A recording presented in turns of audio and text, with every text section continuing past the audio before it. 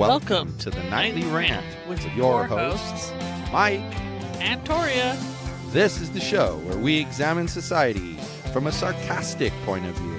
If you like insane conversations, this is definitely the show for you. Let's get into today's topic. I can't believe it. We finally hit the 200th episode of the Nightly Rant. I didn't think we'd last 5 episodes, let alone 200. Well, since we made it to 200, we should tell everyone how things are actually going to change a little bit going forward. Yep, we're changing things up. Starting with episode 201, we'll have a new intro and outro. Yep, and our topics will be more interesting and more detailed. Well, that sounds like fun. What did we decide to do for this episode? Well, if you'll remember, the 200th episode is going to be a look back at the previous 199 episodes. We're going to be hearing snippets from the various shows, and we'll comment on what we've selected to share. Oh yeah, now I remember. Well, we hope you enjoy this 200th episode of the Nightly Rant.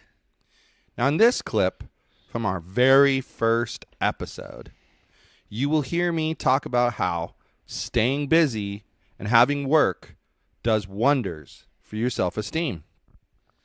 Yep, especially when your financial future depends upon being busy. Let's have a listen. So, lately I've been, business has been super slow, right?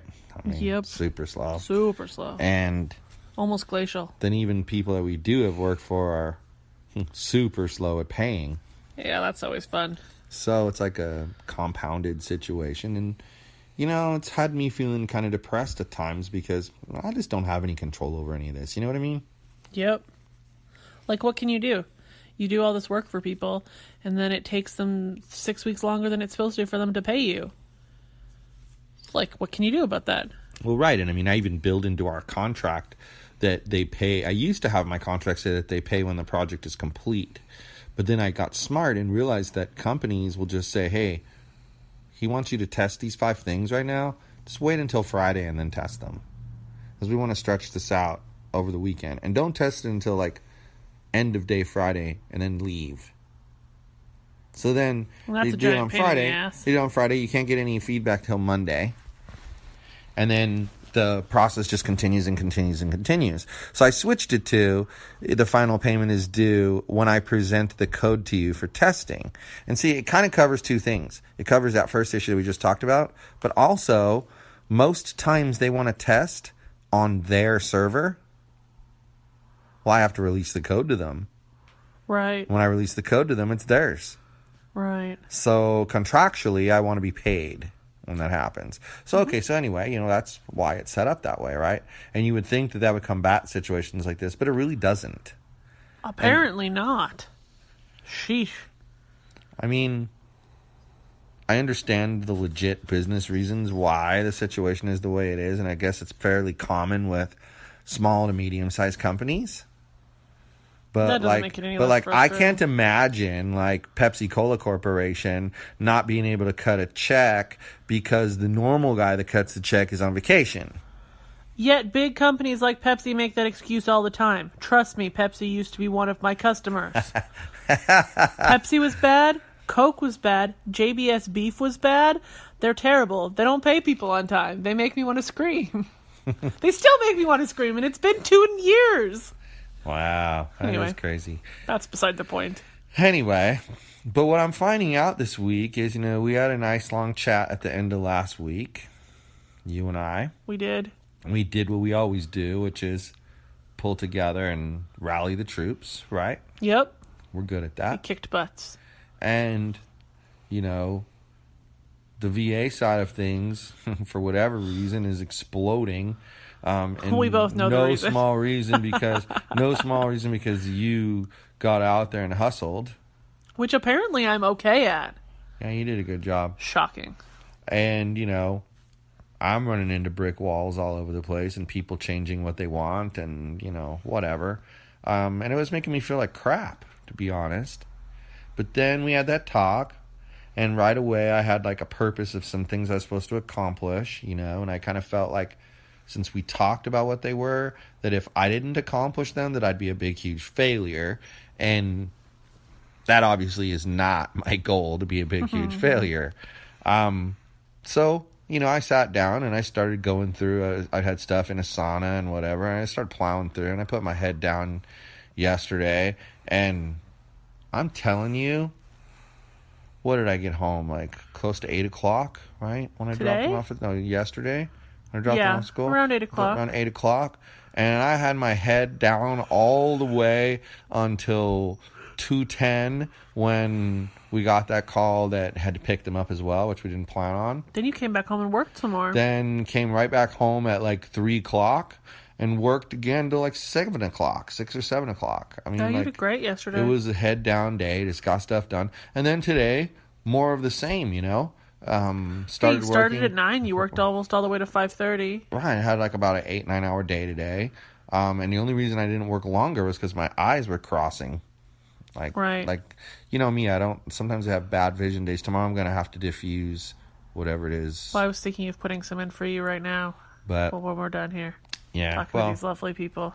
Yeah, later. We got time still to go. So, anyway, so I don't know. What are your thoughts on that? Like, it feels to me like when you have a purpose and a focus and some goals and you get busy accomplishing them and just like taking them off one at a time, and not, stressing yourself out, just pushing hard and getting the work done seems to boost your self-esteem a little bit. Sounds like you were kind of sad that day. That makes me feel pretty bad.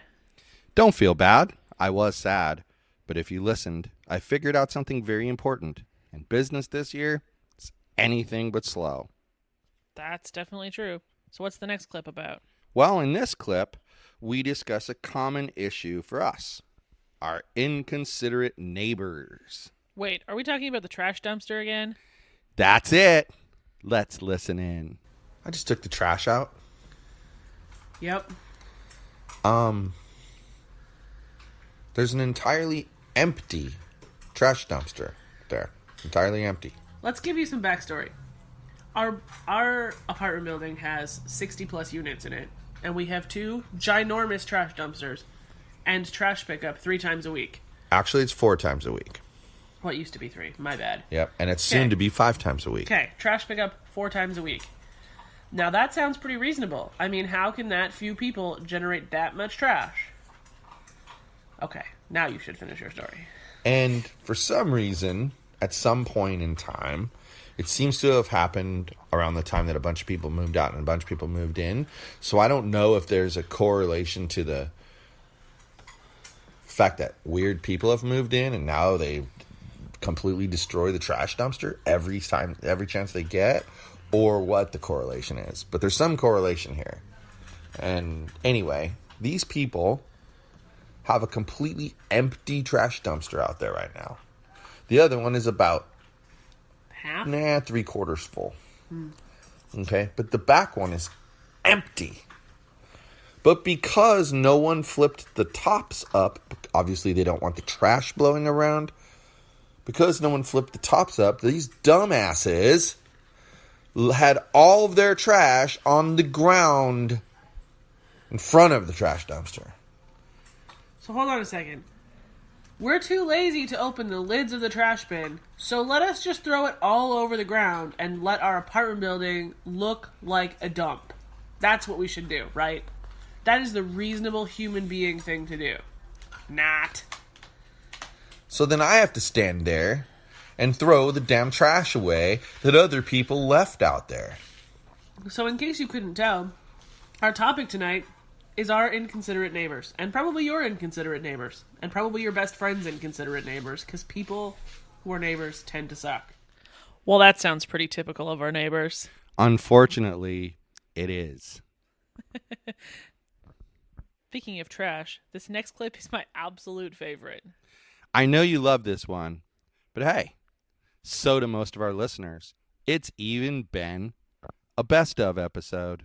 So, I just witnessed the absolute funniest thing I've ever witnessed since we lived here. If you'd have caught it on camera, that shit would go viral.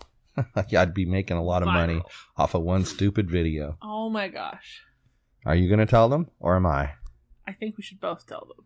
All right. So, when I came home from the Servite High School soccer game, there was a rather weird, drugged out looking dude kind of cruising towards the gate. And he'd also been there when I'd walked the dog like 20 minutes earlier. So I suggested we go back downstairs to see if creepy dude's still around and maybe chase him away. So we go downstairs. We look around. He's not there. Then I decide, well, maybe he's looking in cars and trying to break into cars. So I walk up, look around. Only place we didn't go was down. Look around, don't see him. So we're coming back. And then we see this guy who's lived in the building for a while that I don't particularly like because of one interaction I had with him more than a year ago. And he's got his trash bag and he's swinging it back and forth, like really. Looks just like a happy camper walking down there. And like I'll say, I don't really have issues with him. I'm just kind of on her team when it comes to that. And I just back her up because, I really don't have any history with the guy, so whatever. But what comes next is the funny part because then Torya says to the guy, 10 extra points if you can get it into the dumpster from there. And he's like standing on the curb, like 50 feet from the dumpster. He's a good 25 feet away. And he says in a cocky manner, "That's easy." And he takes a couple steps back. He winds up. He throws the bag. And almost as soon as it leaves his hand, boom! Trash explodes everywhere. There was trash everywhere. Everywhere. There is trash. The bottom of the bag blew out. Oh my god. Trash went I don't even know where the bag went. I think the bag split and just went into pieces. And trash came out of the bottom. He had tin cans in there from vegetables or whatever. And one of them just bounced and hit the wall by the dumpster and went clang. So does he get his 10 points because one thing hit the dumpster? No. You just got to go in the dumpster. You can't just hit the dumpster. We just proved that anyone can hit the dumpster. You have to put it in the dumpster. But it was hilarious. Like the dude, he was all cocky. And then he's trying to tell us that those aren't cheap bags either. They're not 99-cent store bags. Those are good bags, blah, blah, blah, blah, blah. He's going on and on and on about that. Oh my God. And I'm like, you don't have to convince me of that, dude. That's what makes it even funnier. Yeah. It is. Imagine if you have what are those?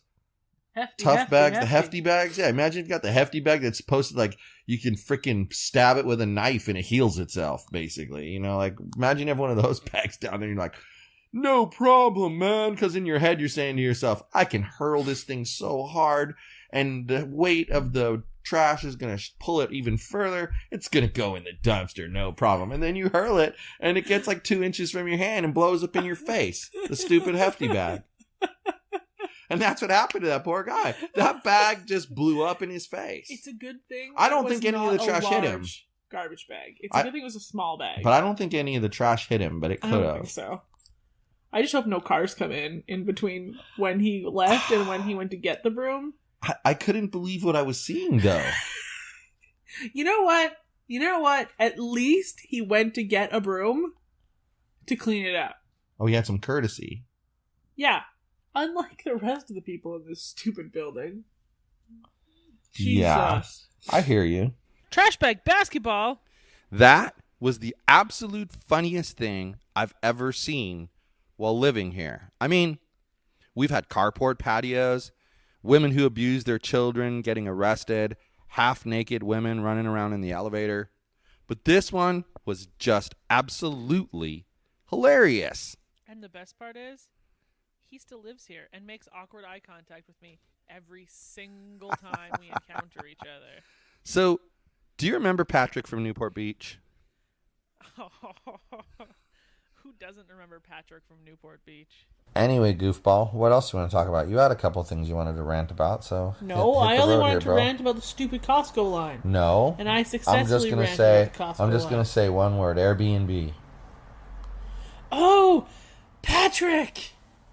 Dun dun dun! See, people, sometimes you gotta prod her. I forgot about Patrick. I don't know how I forgot about Patrick. So this guy, not this guy. Who has a name? Some other this guy. And his name is Patrick. His name is Patrick, and not SpongeBob's Patrick either. Well, he looked a little bit like SpongeBob Patrick. Wow, that's interesting. Kind of a cone head. Anyway. I like it. Rents an Airbnb for 40 days. Call it 40 days. And he checks in. Who does that? Okay. Well, the minimum is 30, so they're long-term Airbnb rentals. Okay. Anyway, so he Didn't know there was such a thing, but okay. rents this Airbnb, and he gets there the first day, and this is the host's bad. His room was not tidy because one of the other tenants in the house is a jackass. Anyway, so then he switches to the other empty room in the house. It's all made up, no big deal. Well, so the next day we get all these nasty messages from him saying that there was crumbs on the kitchen counter. Well, keep in mind, 5 other people live in this house. Right. Crumbs on the kitchen counter. Somebody was on their phone later in the evening. It was keeping him awake. And there was something else that he was all butthurt about. Okay, stop. I want to ask you a question. Did at any time anyone say to him, hey, there's 5 other people in the house. Why don't you find out who left those crumbs and go ask them politely not to do that anymore? Oh, and hey, if you know Allow me to continue. And hey, if you know who was on the phone, go talk to them and politely suggest that they be more quiet once everyone's asleep. Continue. Well, if you'd hold on and allow me to continue, when he complained, that is exactly what said host said to him. It's a house with multiple other people. There's going to be messes once in a while. I suggest you just ask everybody to be a little bit cleaner. You know, roommate situation. Yeah. Don't be so passive-aggressive, you psycho. Anyway, so then, bro gets all butthurt and decides he's going to leave. Well, the cancellation policy of this host is you need to let him know at least 5 days before you check in that you're canceling, or you don't get a refund. 5 days. Now, he moved in. That's not 5 days. No refund for you, bro. No refund for you. Yeah, and I don't understand why what follows happens, because if that was what he signed up for. But anyway. So then, he gets all crazy. The host tries to handle it. And eventually the guy, threatens that I'm gonna ask for a refund. You can't do this. And the host goes, okay, go for it. Whatever. You're not getting a refund. I'm not giving you a refund. You're crazy. You're the one who misunderstood the listing. You're crazy. Okay, so that's all well and good. Bro asks for his refund. The host contacts Airbnb, tells them the entire situation, and Airbnb threatens to deactivate his Airbnb account completely. Which makes 0 sense, since Airbnb allows the hosts to set their own cancellation policy. Because if they don't like that cancellation policy, they should have forced people to use theirs. Right. But that person, the guest, we'll call him, the tenant, that's a better word for it. The tenant knew what they were signing up for when they signed up for it. And I can tell you, because I just booked my second Airbnb, even though I'll only be staying at one. I just booked my second Airbnb, and it makes it very clear. First of all, Airbnb itself says every host has a different cancellation policy. Be sure to read the cancellation policy, because you will be held responsible for what's in it. Okay, so this guy... So did they hold him responsible? No. They're basically... But they didn't hold him responsible because they threatened to shut the other guy down. So what they did... Stupid idiots. Hey, dude that's on Shark Tank that invested in Airbnb. What the hell's his name? I don't know. That guy with the curly hair. If you're listening to my podcast right now, and I know you are, go fix that shit. That's stupid. Okay, you continue. Anyway. Mr. Tangent over here. That's okay. So Airbnb threatens It's my job to interject a little bit of humor while you're telling your story. So that's what I'm trying to do. I'm going to poke you. So, you're holding it really close to my face. That's what he said. I'm offended. Stop it. You're making me forget where I was, butthead. Airbnb threatened to shut down his account. Okay, they threatened to shut down his Airbnb account unless he offered Crazy Pants the option to come back. So very reluctantly, host had me send him a very polite message telling him his room was made up for him and welcoming him to come back. And basically, I got told to fuck off. Basically, yeah. There was no basically. That's what was said. I was told to fuck off. You didn't tell me that. I would have hunted this. I would have hunted this Patrick from Newport Beach. He was down and taught him how to treat a woman. He was more polite to me via Airbnb. The fuck off was said to the host over the phone. Got it. Patrick from Newport Beach. Anyway, okay, so then I contact Airbnb. They give me the runaround, and then we can't continue the previous support ticket because it's already been handled. And I was like, nay, either open the old one or make me a new one. This is crap. Why do I have to hold this room open for a bro who said these things and is never coming back? I love when the business process gets in the way of real world. So We can't do that. Why can't you do that? Our computer won't let us do that. Yes, it will. You're the one who tells the computer what to do, not the other way around, moron. When have you seen a computer with a hand reaching out of it, guiding your hand on the mouse? I've never seen it personally, and I've been involved with computers for 30 years. Anyway, yeah, that's what I've said to people before, too. So I did on the phone one day. The lady told me, well, we can't do that. Our computer won't allow it. And I said, really? So the computer controls what happens, not you? You're not the one entering the data into the computer?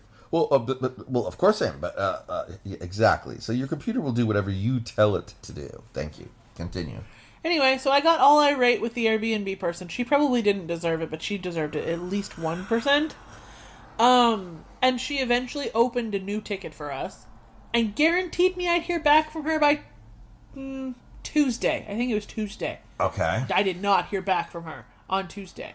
But then... You know what you just reminded me of? I haven't heard back from UPS about that missing package. You're going to have to give him a ring. Yeah. Anyway, so then we get some great news. Airbnb sided with us. Suck it, Patrick from Newport Beach. Patrick from Newport Beach. He didn't get his money back. He loses How much money did he lose? $1,200. Can you imagine people? First of all, did he try to say that he thought this was a single unit or something like that? He thought it was an entire apartment, but if you look at the listing, it clearly says room, and then it says A7B. What an idiot. Patrick from Newport Beach. That's who this idiot is. Patrick from Newport Beach. If you're Patrick from Newport Beach, send us an email at podcast@fitnessexpose.com. I want to have you on the show. And the best part is this crap has happened multiple times since we aired that episode the first time. You know, Patrick from Newport Beach never did get in touch with us, that jerk. I would still love to have him on the show. I don't think he'd ever respond even if we could get in touch with him. Well, everyone, thank you so much for sticking with us for 200 episodes. We look forward to providing you with 200 more. I'm really not sure if I can last that long. But that's what you said when we first started, and look where we are now. I'm going to have to believe you. But I really am happy people listen and enjoy the show. With that, good night, everyone. Hasta la bye-bye, number 200. Thank you for listening to the Nightly Rant. If you enjoyed the show, please give us a 5-star rating on Apple Podcasts or Google Play. If you didn't enjoy the show, please just ignore that previous request for a rating. This has been a Yogi's Podcast Network production.